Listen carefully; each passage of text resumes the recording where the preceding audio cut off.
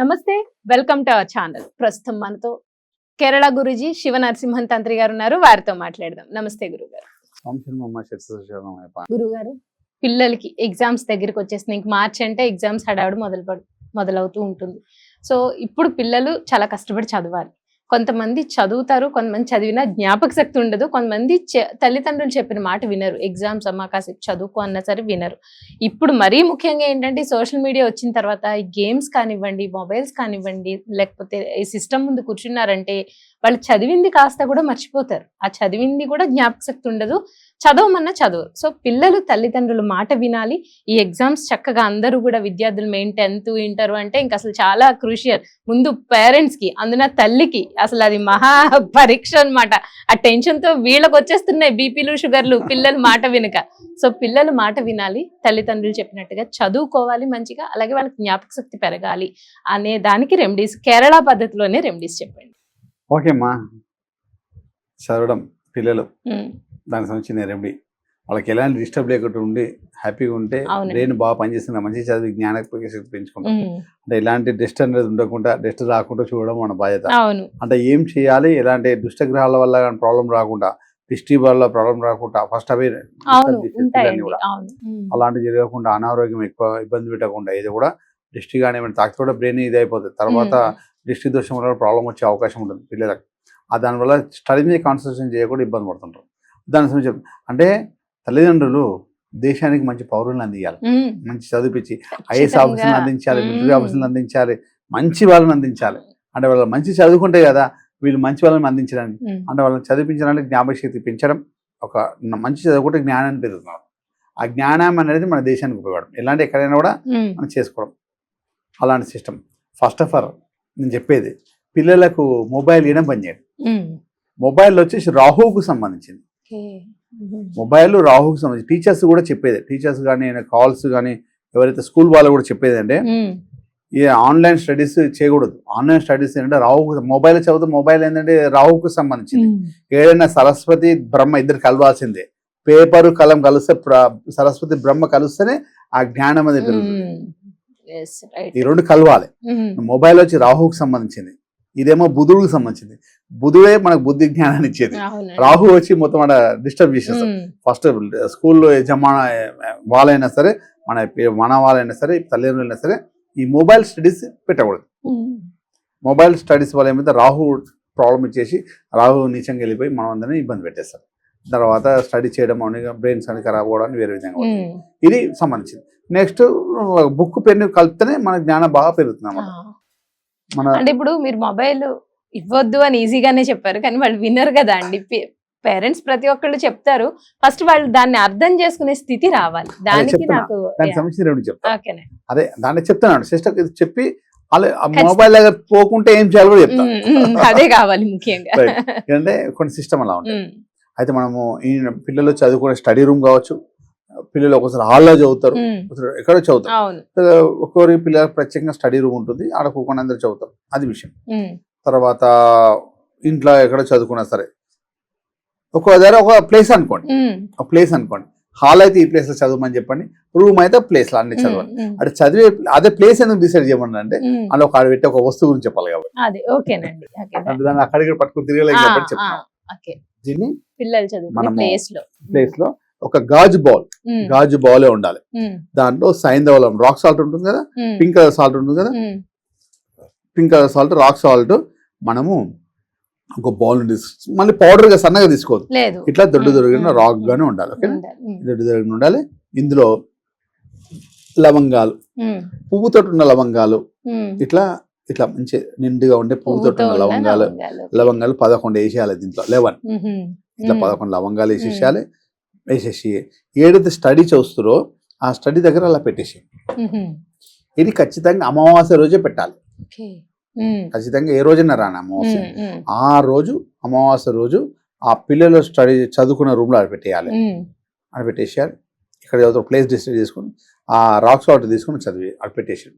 అయితే దానివల్ల ఏంటంటే వాళ్ళ బుర్రలో నెగిటివ్ వెళ్ళిపోవడం, ఆ రూమ్ లో నెగిటివ్ వెళ్ళిపోవడం, వాళ్ళ ఏదైతే నెగిటివ్ వాళ్ళ ఆలోచన నెగిటివ్ గా మారడం, అది చెట్టు వెళ్ళిపోతాయి కదా, మనకి బ్రెయిన్ లో మంచి వస్తుంది. తర్వాత జ్ఞాపక శక్తి ఎక్కువ పెరగడం, అంటే వేరే ఎంత నెక్స్ట్ అంత లోపల జ్ఞాపకం మీద ఉంటుంది, వేరే ఆలోచన వేరే దగ్గర వెళ్ళిపోతుంది.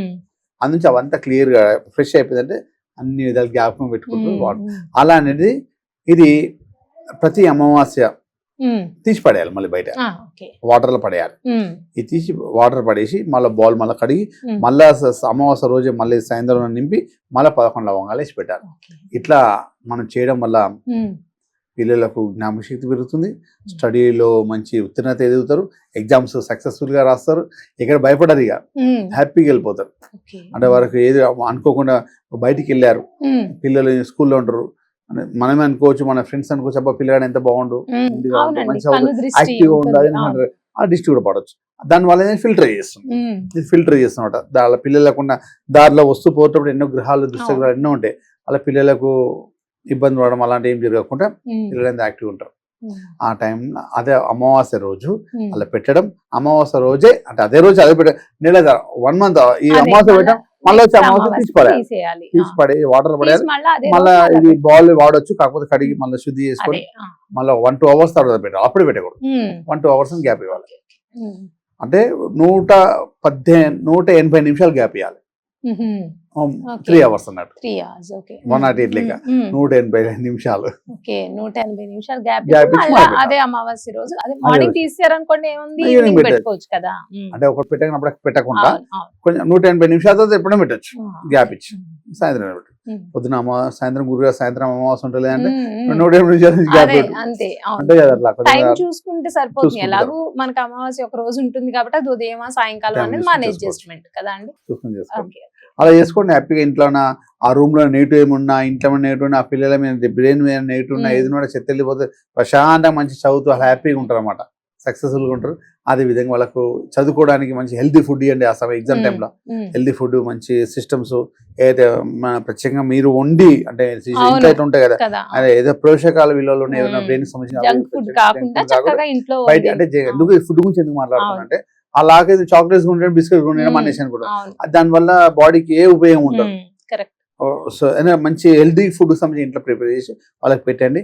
వాళ్ళు ఎంత చదవాలనుకున్నాం వాళ్ళ బాడీ కూడా సహకరించాలి కదా, సహకరిస్తేనే వాళ్ళు చదువుతారు. బ్రెయిన్ మెమొరీ పెరగాలి, ఇవన్నీ ఉండాలి. కాబట్టి వారి బాడీని సహకరించడానికి రెడీ చేయాలి, వాళ్ళ బ్రెయిన్ మంచి షార్ప్ రెడీ చేయాలి, మన ఫుడ్ లో కూడా బలం ఇవ్వాలి. అయితే కేరళలో ఫుడ్ కి సంబంధించి తెలివితేటలు చాలా ఎక్కువ ఉంటాయి అంటారు కదా, సో ఆ ఫుడ్ స్పెషాలిటీ ఆ పిల్లలకి చెప్పండి. మీరు ఏ ఫుడ్ తినడం స్పెషల్ గా ఒక ఫుడ్ చెప్పండి, ఈ ఫుడ్ తినడం వల్ల జ్ఞాపక శక్తి లేకపోతే తెలివితేటలు పెరుగుతాయి. ఎందుకంటే కేరళ అంటేనే తెలివితేటలు చాలా ఎక్కువ ఉంటాయి, బికాస్ వాళ్ళు ఫుడ్ గురించి అని చెప్తారు. అంటే యాక్చువల్ కేరళ ఏం చేస్తారంటే స్టార్టింగ్ మార్నింగ్ నుంచి మొదలు పెడితే నైట్ దాకా ఆరోగ్య సంబంధించిన ఫుడ్ ఉంటుంది అంతా. ఇది అంటే ఏ ఫుడ్ తినా ఆరోగ్యపరంగా ఉంటుంది. ఫాస్ట్ ఫుడ్ కల్చర్ తక్కువ, ఫాస్ట్ ఫుడ్ అసలు అక్కడ వెళ్ళిన కూడా వెళ్ళారు. మార్నింగ్ ఇంట్లో ప్రిపేర్ నుంచి మొదలు పెడితే సాయంత్రం వరకు ప్రతి ఒక్కటి కూడా ఇంట్లోనే రెడీ చేసుకుంటారు. అంటే మొత్తం అంటే దుంపలకు సంబంధించింది, చెక్క అంటారు, కప్ప అంటారు, ఇలా ఉంటారు కదా. తర్వాత పనస పండుగ సంబంధించింది, ప్రత్యేకంగా మంచి బ్రెయిన్ పవర్ ఉండేది కొబ్బరి నుండి ఎక్కువ వాడతారు, కొబ్బరి. అది ఇంకోటి కేరళలో బాస్మతి శక్తి భూమిలో ఉంటుంది, ఇవన్నీ కూడా బ్రెయిన్ సంబంధించింది ఉంటుంది అనమాట. అన్ని ప్రతి ఒక్క ఫుడ్ కానీ, అప్పం కానీ, పుట్టు కానీ, ఇడియప్పం కానీ, ఓవరటి కానీ, ఇవన్నీ కూడా ఆరోగ్యమే. ఓవరటి చేస్తారు. ఓవరటి ఎట్లుంటుంది, మంచి బియ్యం పిండిని పెట్టేసి దాంట్లో కొబ్బరి పాలతో చేసి కొబ్బరి కూడా వేసేసి అది ఓవరటి చపాతి రెడీ చేసేస్తారు. అది మంచి హెల్తీ ఫుడ్. పుట్టు కూడా అంతే కదా, మంచి గోధుమ పుట్టు అవన్నీ రెడీ చేసి దాని బలాన్ని ఇచ్చేసి, గోధుమని ఎంత బలం, దాంట్లో కొబ్బరి వేసి అవన్నీ చేసి మళ్ళీ ఇస్తారు. ఇడియప్పం కానీ, అప్పం అయితే మంచి కొబ్బరి పాలతో బియ్యం పిండితో చేస్తారు, అది మంచి ఫుడ్, హెల్తీ ఫుడ్. అట్లా కేరళకు భోజనం కూడా మంచి రెడ్ బ్లాక్ రైస్ తోటి మంచి రైస్, మంచి హెల్తీ ఫుడ్. తర్వాత అన్నం కొంచెం తిని ఆకుకూరలు కానీ కాయగూరలు 4 రకాలుగా ఉంటాయి. అవిల్ అంటే 10 రకాల ఆకుకూరలు కాయగూరలు చేసేది. తోరణ అంటే మంచిగా అన్ని కూడా ప్రతి ఒక్కటి కూడా అంటే చాలా కూరగాయలతో చేస్తారు కదా అండి. కోకోనట్ ఆయిల్ తో చేస్తారు. అవి కాకపోయినా పిల్లలకి కోకోనట్ ఎక్కువ వాడడం వల్ల కూడా కదా. తర్వాత ఎన్నో చూర్ణాలు ఉంటాయి, సరస్వతి చూర్ణం అని, అవి కేరళకు సంబంధించిన అవి తేనెతోటి తీసుకోవడం అని ఉంటాయి అనమాట. అవన్నీ ఏది కూడా దొరికిపోతే కేరళ స్టోర్ లో దొరుకుతాయి, అక్కడ తీసుకోవడం పిల్లలకి అట్లా అందిస్తే బ్రెయిన్ షార్ప్ ఉంటాయి. ఇది విషయం. అంటే కొన్ని ఉంటాయి ప్రొడక్ట్స్, కాకపోతే హెల్దీ ఫుడ్ పెట్టడానికి పిల్లలు హెల్దీగా చదువుతారని ఆలోచన. ఈ బిస్కెట్స్ చాక్లెట్స్ తగ్గిస్తే, జంక్ ఫుడ్ తగ్గిస్తే పిల్లలు హెల్దీగా ఉంటారని ఆలోచన. వాళ్ళ ప్రేమతో అడిగితే మనకి ఇష్టమైన వాళ్ళకి తిప్పియాలని మనకు ఆడడం ఉంటుంది, కాకపోతే హెల్దీ తిప్పియాలని మనకు ఆడడం ఉండాలి. కరెక్ట్. అది మీరు చెప్పింది 100% కరెక్ట్.